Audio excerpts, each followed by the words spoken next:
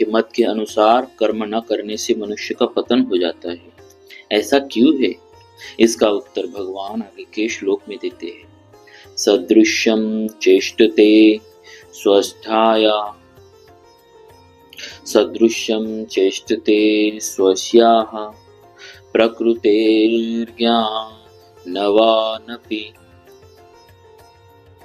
प्रकृतिं यान्ति भूतानि निग्रहा किं करिष्यति। जितने भी कर्म किए जाते हैं वे स्वभाव अथवा सिद्धांत को सामने रखकर किए जाते हैं। स्वभाव दो प्रकार का होता है, राग द्वेष रहित और राग द्वेष युक्त। जैसे रास्ते में चलते हुए कोई बोर्ड दिखाई दिया और उस पर लिखा हुआ पढ़ लिया तो उसे यह पढ़ना न तो राग द्वेष से हुआ न किसी सिद्धांत से हुआ, अपितु राग द्वेष रहित स्वभाव से स्वतः हुआ। किसी मित्र का पत्र आने पर उसे राग पूर्वक पढ़ते हैं और शत्रु का पत्र आने पर उसे द्वेष पूर्वक पढ़ते हैं, तो यह पढ़ना राग द्वेष युक्त स्वभाव से हुआ। गीता, रामायण आदि सत्य शास्त्रों को पढ़ना सिद्धांत से पढ़ना हुआ। मनुष्य जन्म परमात्मा प्राप्ति के लिए ही है, अतः परमात्मा प्राप्ति के उद्देश्य से कर्म करना भी सिद्धांत के अनुसार कर्म करना है। इस प्रकार देखना, सुनना, सूंघना, स्पर्श करना आदि मात्र क्रियाएं स्वभाव और सिद्धांत दोनों से ही होती है। राग द्वेष रहित स्वभाव दोषी नहीं होता, प्रत्युत राग द्वेष युक्त स्वभाव दोषी होता है। राग द्वेष पूर्वक होने वाली क्रियाएं मनुष्य को बांधती है, क्योंकि इनसे स्वभाव शुद्ध होता है, और सिद्धांत से होने वाली क्रियाएं उद्धार करने वाली, क्योंकि इनसे स्वभाव शुद्ध होता है। स्वभाव शुद्ध होने के कारण ही संसार से माने हुए संबंध का विच्छेद नहीं होता। स्वभाव शुद्ध होने से संसार से माने हुए संबंध का सुगमता पूर्वक विच्छेद हो जाता है। ज्ञानी महापुरुष की अपने कहलाने वाले शरीर द्वारा स्वतः क्रियाएं हुआ करती है, क्योंकि उसमें कर्तृत्वाभिमान नहीं होता। परमात्मा प्राप्ति चाहने वाले साधक की क्रियाएं सिद्धांत के अनुसार होती है। जैसे लोभी पुरुष सदा सावधान रहता है कि कहीं कोई घाटा न लग जाए, ऐसे ही साधक निरंतर सावधान रहता है कि कहीं कोई क्रिया राग द्वेष पूर्वक न हो जाए। ऐसी सावधानी होने पर साधक का स्वभाव शीघ्र शुद्ध हो जाता है और परिणाम स्वरूप वह कर्म बंधन से मुक्त हो जाता है। यद्यपि क्रिया मात्र स्वाभाविक ही प्रकृति के द्वारा होती है, तथापि अज्ञानी पुरुष क्रियाओं के साथ अपना संबंध मानकर अपने को उन क्रियाओं का कर्ता मान लेता है। पदार्थों और क्रियाओं से अपना संबंध मानने के कारण ही राग द्वेष उत्पन्न होते हैं, जिनसे जन्म मरण रूप बंधन होता है। परंतु प्रकृति से संबंध ना मानने वाला साधक अपने को सदा अकर्ता ही देखता है। स्वभाव में मुख्य दोष प्राकृत पदार्थों का राग ही है। जब तक स्वभाव में राग रहता है तभी तक शुद्ध कर्म होते हैं। अतः साधक के लिए राग ही बंधन का मुख्य कारण है। राग माने हुए अहम में रहता है और मन बुद्धि इंद्रियों के विषयों में दिखाई देता है। अहम दो प्रकार का है, चेतन द्वारा जड़ के साथ माने हुए संबंध से होने वाला तादात्म्य रूप अहम, जड़ प्रकृति का धातु रूप अहम, महाभूता निहंकार। जड़ प्रकृति के साधु रूप अहम में कोई दोष नहीं, क्योंकि यह अहम मन बुद्धि इंद्रियों आदि की तरह एक कारण ही है। इसीलिए संपूर्ण दोष माने हुए अहम में ही है। ज्ञानी महापुरुष में तादात्म्य रूप अहम का सर्वथा अभाव है, अतः उसके कहलाने वाले शरीर के द्वारा होने वाली समस्त क्रियाएं प्रकृति के धातु रूप अहम से ही होती है। वास्तव में समस्त प्राणियों की सब क्रियाएं इस धातु रूप अहम से ही होती है, परंतु जड़ शरीर को मैं और मेरा मानने वाला अज्ञानी पुरुष उन क्रियाओं को अपनी तथा अपने लिए मान लेता है और बंध जाता है। कारण कि क्रियाओं को अपनी और अपने लिए मानने से ही राग उत्पन्न होता है।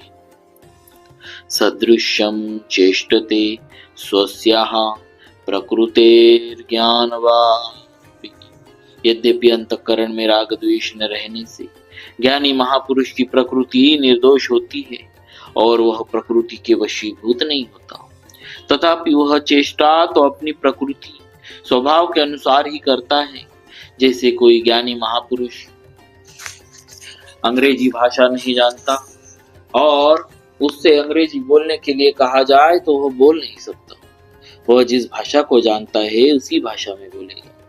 भगवान भी अपनी प्रकृति स्वभाव को वश में करके जिस योनि में अवतार लेते हैं उसी योनि के स्वभाव के अनुसार चेष्टा करते हैं। जैसे भगवान राम या कृष्ण रूप से मनुष्य योनि में अवतार लेते हैं तथा मत्स्य कच्छप वराह आदि योनि में अवतार लेते हैं तो वहां उस योनि के अनुसार ही चेष्टा करते हैं। तात्पर्य है कि भगवान के अवतारी शरीरों में भी वर्ण योनि के अनुसार स्वभाव की भिन्नता रहती है, पर परवशता नहीं रहती। इसी तरह जिन महापुरुषों का प्रकृति जड़ता से संबंध विच्छेद हो गया उनमें स्वभाव की भिन्नता तो रहती है पर परवशता नहीं रहती। परंतु जिन मनुष्यों का प्रकृति से संबंध विच्छेद नहीं हुआ उनमें स्वभाव की भिन्नता और परवशता दोनों रहती है। यहाँ स्वस्याः पद का तात्पर्य है कि ज्ञानी महापुरुष की प्रकृति निर्दोष होती है, वह प्रकृति के वश में नहीं होता, प्रत्युत प्रकृति उसके वश में होती है। कर्मों की फल जनकता का मूल बीज कर्तृत्वाभिमान और स्वार्थ बुद्धि है। ज्ञानी महापुरुष में कर्तृत्वाभिमान और स्वार्थ बुद्धि नहीं होती, उसके द्वारा चेष्टा मात्र होती है। बंधनकारक कर्म होता है, चेष्टा या क्रिया नहीं। इसीलिए यहाँ चेष्टते पद आया है। उसका स्वभाव इतना शुद्ध होता है कि उसके द्वारा होने वाली क्रियाएं भी महान शुद्ध एवं साधकों के लिए आदर्श होती है। पीछे के और वर्तमान जन्म के संस्कार, माता पिता के संस्कार, वर्तमान का संग, शिक्षा, वातावरण, अध्ययन, उपासना, चिंतन, क्रिया, भाव आदि के अनुसार स्वभाव बनता है। यह स्वभाव सभी मनुष्यों में भिन्न भिन्न होता है और इसे निर्दोष बनाने में सभी मनुष्य स्वतंत्र है। व्यक्तिगत स्वभाव की भिन्नता ज्ञानी महापुरुषों में भी रहती है, चेतन में भिन्नता होती ही नहीं और प्रकृति स्वभाव में स्वाभाविक भिन्नता रहती है। प्रकृति है ही विषम। जैसे एक जाति होने पर भी आम जाति आम आदि के वृक्षों में अवान्तर भेद रहता है, ऐसे ही प्रकृति स्वभाव शुद्ध होने पर भी ज्ञानी महापुरुषों में प्रकृति का भेद रहता है। ज्ञानी महापुरुष का स्वभाव शुद्ध राग द्वेष रहित होता है, अतः वह प्रकृति के वश में नहीं होता। इसके विपरीत अशुद्ध राग द्वेष युक्त स्वभाव वाले मनुष्य अपनी बनाई हुई परवशता से बाध्य होकर कर्म करते हैं। निग्रहा किम करिष्यति, जिनका स्वभाव महान शुद्ध एवं श्रेष्ठ है उनकी क्रियाएं भी अपनी प्रकृति के अनुसार हुआ करती है। फिर जिनका स्वभाव अशुद्ध राग द्वेष युक्त है उन पुरुषों की क्रियाएं तो प्रकृति के अनुसार होंगी ही। इस विषय में हट उनके काम नहीं आएगा। जिसका जैसा स्वभाव है उसे उसी के अनुसार कर्म करने पड़ेंगे। यदि स्वभाव अशुद्ध हो तो वह अशुद्ध कर्मों में और शुद्ध हो तो वह शुद्ध कर्मों में मनुष्य को लगा देगा।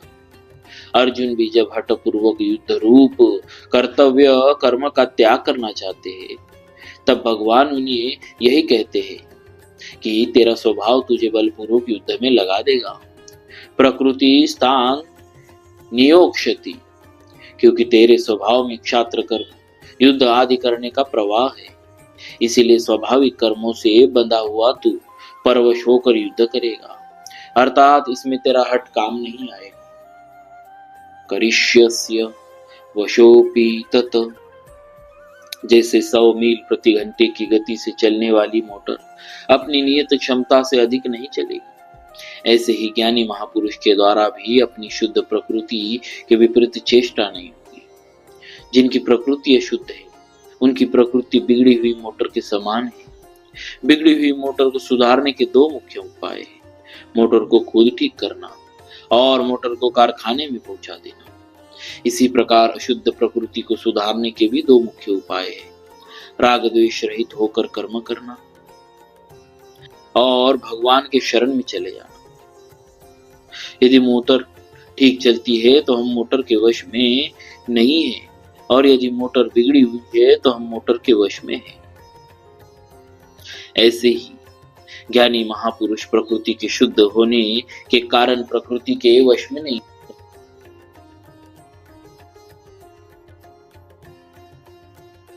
और अज्ञानी पुरुष प्रकृति के अशुद्ध होने के कारण प्रकृति के वश में होता है। जिसकी बुद्धि में जड़ता, संसारिक भोग और संग्रह का महत्व है, ऐसा मनुष्य कितना ही विद्वान क्यों न हो, उसका पतन अवश्यंभावी है। परंतु जिसकी बुद्धि में जड़ता का महत्व नहीं और भगवत प्राप्ति ही जिसका उद्देश्य है, ऐसा मनुष्य विद्वान न भी हो तो भी उसका उत्थान अवश्यंभावी है। कारण कि जिसका उद्देश्य भोग और संग्रह न होकर केवल परमात्मा को प्राप्त करना ही है, उसके समस्त भाव, विचार, कर्म आदि उसकी उन्नति में सहायक हो जाते हैं। अतः साधक को सर्वप्रथम परमात्मा प्राप्ति का उद्देश्य बना लेना चाहिए। फिर उस उद्देश्य की सिद्धि के लिए राग द्वेष रहित होकर कर्तव्य कर्म करने चाहिए। राग द्वेष से रहित होने का सुगम उपाय है मिले हुए शरीर आदि पदार्थों को अपना और अपने लिए न मानते हुए दूसरों की सेवा में लगाना और बदले में दूसरों से कुछ भी न चाहना। प्रकृति के वश में न होने के लिए साधक को चाहिए कि वह किसी आदर्श को सामने रखकर कर्तव्य कर्म करे। आदर्श दो हो सकते हैं, भगवान का मत, सिद्धांत और श्रेष्ठ महापुरुषों का आचरण।